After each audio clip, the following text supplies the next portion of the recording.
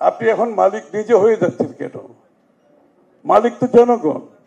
এখন তো আমার মনে হচ্ছে আমরা কিছু কিছু রাজনীতিক তো নিজেরা মালিক হয়ে যেতে চাচ্ছি, যে আমরা এই সিদ্ধান্ত আমাদের এই কনসেনসাস অথবা কনসেনসাসের বাইরে গিয়েও জোর করে আদায় করার চেষ্টা করছি।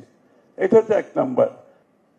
বর্তমান সংশোধনের এটাকে মাথায় রেখে কিন্তু বর্তমান অন্তর্বর্তীকালীন সরকার শপথ নিয়েছে বর্তমান সংবিধানকে নিয়ে, এবং এই সংবিধানে গণভোটের কিছু নাই। এই সংবিধানে গণভোটের কিছু নাই।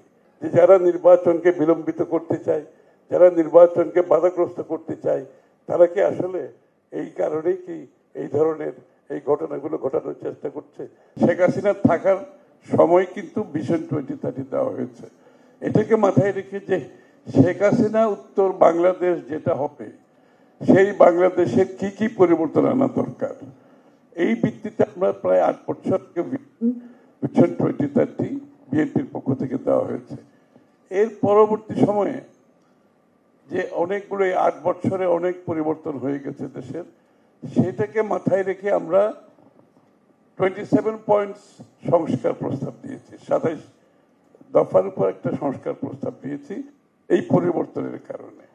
এবং তারও পরবর্তী সময়ে কিন্তু আমরা কিন্তু এই সংস্কারগুলো যে দিয়েছি, ভিশন 2030 বলেন, এবং পরবর্তীতে আমাদের বিএনপির পক্ষ থেকে 27 দফা সংস্কার, এগুলো কিন্তু পাবলিক ওপিনিয়ন আমরা সরাসরি আমরা প্রতিটি এলাকায় গিয়েছি আমাদের এই বিষয়গুলো নিয়ে। 31 পয়েন্ট বিশেষ করে আমাদের যুগপথে আমরা যারা আমাদের সাথে ছিল তাদেরও কিছু ইস্যু থাকার কারণে আমরা 27 দফাকে 31 দফায় নিয়ে গেছি।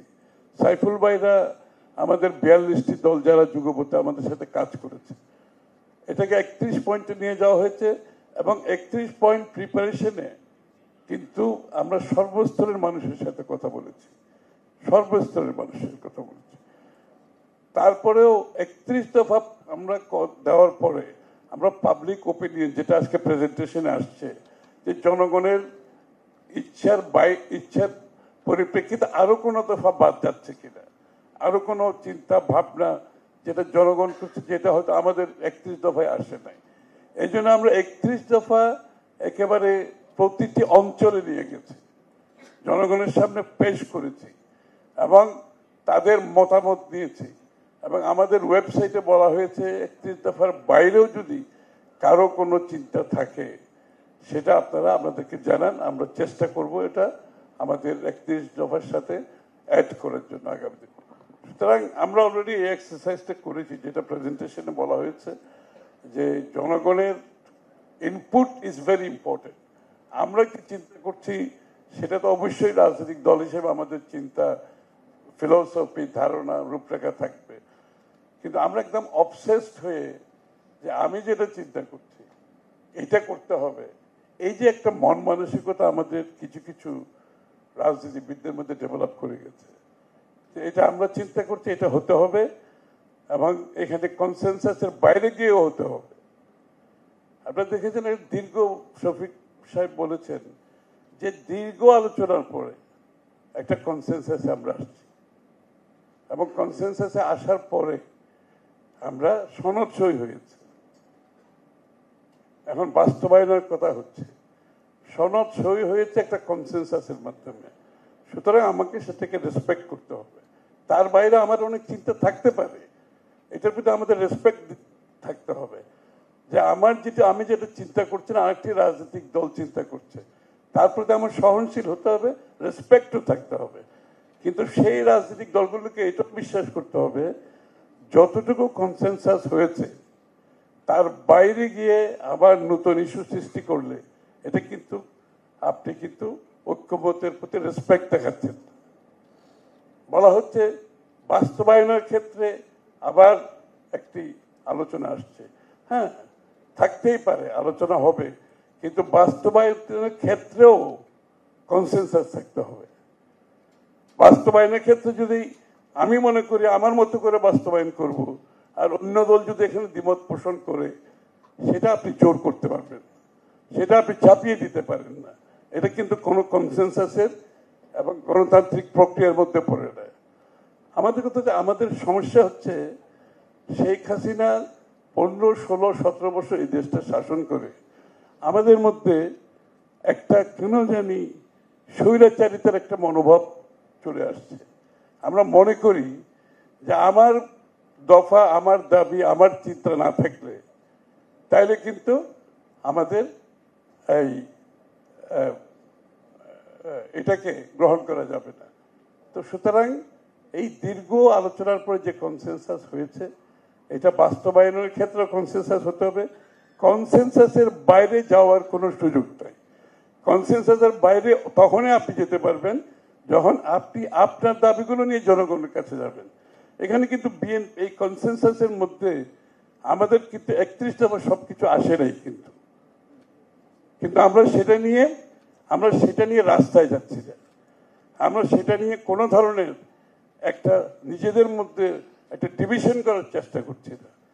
আমরা সেটা নিয়ে জনগণের কাছে যাব। আমাদের যে বিষয়গুলো কনসেনসাসে আসে নাই, আমরা কিন্তু আগামী নির্বাচনে সেইগুলোরই আমরা জনগণের কাছে যাব, এবং যেটুকু ঐক্যমত হয়েছে এটা তো আমরা বাস্তবায়ন করবই, আর যেগুলো তো ঐক্যমত হয় নাই সেগুলো আমরা জনগণের কাছে নিয়ে যাব। জনগণ যদি আমাদেরকে ম্যান্ডেট দেয় সেটা আমরা বাস্তবায়ন করব। কিন্তু আমি এই মুহূর্তে ঢাকায় বসে কতগুলো রাজনৈতিক দল বসে আমরা বাংলাদেশের ভবিষ্যৎ নির্ধারণ করব, ভালো মন্দ নির্ধারণ করব, সেটা তো হতে পারে না। সেটা আপনি জনগণের মতামত নিতে হবে। যেই জনগণের মালিকানার জন্য 17 বছর মানুষ ত্যাগ স্বীকার করছে, আপনি এখন মালিক নিজে হয়ে যাচ্ছেন কেন? মালিক তো জনগণ। এখন তো আমার মনে হচ্ছে আমরা কিছু কিছু রাজনীতি নিজেরা মালিক হয়ে যেতে চাচ্ছি, যে আমরা এই সিদ্ধান্ত আমাদের এই কনসেনসাস অথবা কনসেনসাসের বাইরে গিয়েও জোর করে আদায় করার চেষ্টা করছি। এটা হচ্ছে 1 নাম্বার। ঐক্যমতের বাইরে যাওয়ার কোনো সুযোগ নাই। The chapter is closed. এর বাইরে যদি আপনারা কিছু করতে চান, আপনি আগামী নির্বাচনে আপনার ম্যানিফেস্টোর কথা যত হয়েছে আপনার ম্যানিফেস্টোতে নিয়ে আসেন। আপনি ম্যানিফেস্টোতে জনগণের ম্যান্ডেট নিয়ে সংসদে আসেন। এইখানে অন্য দলের উপর চাপিয়ে দেওয়ার চেষ্টা করবেন না, দয়া করে। আপনার চিন্তা, আপনার ভাবনা অন্য দলের উপর চাপিয়ে দেওয়ার চেষ্টা করবেন। আপনি আগামী নির্বাচনে জনগণের কাছে যান, ম্যান্ডেট নিয়ে সংসদে আসেন, পাশ করেন। আরেকটা বিষয় হচ্ছে এখানে আরেকটা বিষয় হচ্ছে গণভোট। আরেকটা বিষয় আসছে গণভোট। গণভোটটা কি ব্যাপার? এই যে আজকে যে সরকারটা ক্ষমতা, অন্তর্বর্তী সরকারটি আছে, এই সরকারটা কিন্তু বর্তমান সংবিধানের পরিপ্রেক্ষিতে এই সরকারটা হয়েছে। বর্তমান সংশোধনের এটাকে মাথায় রেখে কিন্তু বর্তমান অন্তর্বর্তীকালীন সরকার শপথ নিয়েছে বর্তমান সংবিধানকে নিয়ে, এবং এই সংবিধানে গণভোটের কিছু নাই। এই সংবিধানে গণভোটের কিছু নাই। আপনাকে যদি গণভোট করতে হয়, আপনি বাংলাদেশের বর্তমান সংবিধান অনুসারে আপনাকে আগামী দিনে যে সমস্ত দল তাদের ইচ্ছা রূপরেখা থাকতে পারে, প্রস্তাব থাকতে পারে, তাদেরকে জনগণের ম্যান্ডেট নিয়ে সংসদে এসে সংসদে পাশ করার পরে সেই বিষয়গুলো গণভোটে যেতে পারে। সংসদে পাশ করার আগে গণভোটের কোনো প্রভিশন বর্তমান সংবিধানে নাই। এবং আমরা অনেক কিছু চাইতে পারি, আমাদের সব ইচ্ছা পূরণ আমরা ঢাকায় বসে ঐক্যমত কমিশনের মাধ্যমে সমাধান যদি না হয়, এর একমাত্র সমাধান আপনি জনগণের কাছে গিয়ে এটা সমাধান করতে হবে। এই স্পিরিট যদি না থাকে, এই স্পিরিটের বাইরে গিয়ে যদি আবার ওই চাপিয়ে দেওয়ার একটা মনোবৃত্তি হয়, এটার জন্য আবার রাস্তায় গিয়ে আন্দোলন করতে হয়, আমি বলি এটা প্রতিবাদের সকলের অধিকার আছে। কিন্তু আমরা যে জায়গায় এসে দাঁড়িয়েছি, বাংলাদেশের মানুষ সাংঘর্ষিক রাজনীতি দেখতে চায় না। বাংলাদেশের মানুষ স্থিতিশীলতা দেখতে চায়। বাংলাদেশের মানুষ অন্যের সাথে দ্বিমত পোষণ করেও তার মতের প্রতি রেসপেক্ট দেখাতে চায়। এই কালচার আমাদের মধ্যে থাকতে হবে। কথায় কথায় আপনি রাস্তায় যাবেন, এখন অন্য দল যদি আবার তার প্রতিবাদে আবার রাস্তায় যায়, তাহলে কি হবে? সংঘর্ষ হবে না?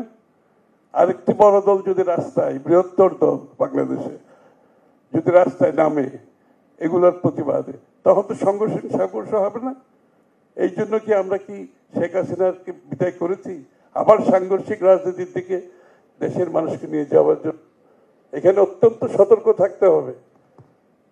নির্বাচনকে প্রভাবিত করা, নির্বাচনকে বাধাগ্রস্ত করার যে এগুলোর সাথে অনেকে লিঙ্ক করতে পারে, যে যারা নির্বাচনকে বিলম্বিত করতে চায়, যারা নির্বাচনকে বাধাগ্রস্ত করতে চায়, তারা কি আসলে এই কারণেই কি এই ধরনের এই ঘটনাগুলো ঘটানোর চেষ্টা করছে? যেমন চট্টগ্রামে একটা হত্যা চেষ্টা হয়েছে, তাদের মধ্যে অন্তর্দ্বন্দ্ব। এখানে একটি একটি দলের ছাত্র সংগঠনের সাথে এরা জড়িত ছিল এক সময়, তাদের অন্তর্দ্বন্দ্ব। সেখানে কিন্তু ঘটনাটাকে আমিও প্রথমে সহজভাবে নিয়েছিলাম যে এটা কি আসলে তাদের অন্তর্দ্বন্দ্ব হয়েছে দুটো সন্ত্রাসী গ্রুপের মধ্যে, এর মধ্যে ক্রস ফায়ারে কিছু লোক আহত হয়েছে। কিন্তু পরবর্তীতে অনেকে এটাকে আমাদের ভাবছে যে ওদের অন্তর্দ্বন্দ্বকে ওদেরকে ব্যবহার করে কে নির্বাচনকে পিছিয়ে নেওয়ার কোনো পরিকল্পনা এখানে কারো আছে কিনা, এটাও কিন্তু জনমনে প্রশ্ন জাগছে। এই ধরনের ঘটনাকে আরো কি ঘটাবে যারা নির্বাচনকে বাধাগ্রস্ত করতে চাচ্ছে, যারা নির্বাচনকে বিলম্বিত করতে চাচ্ছে?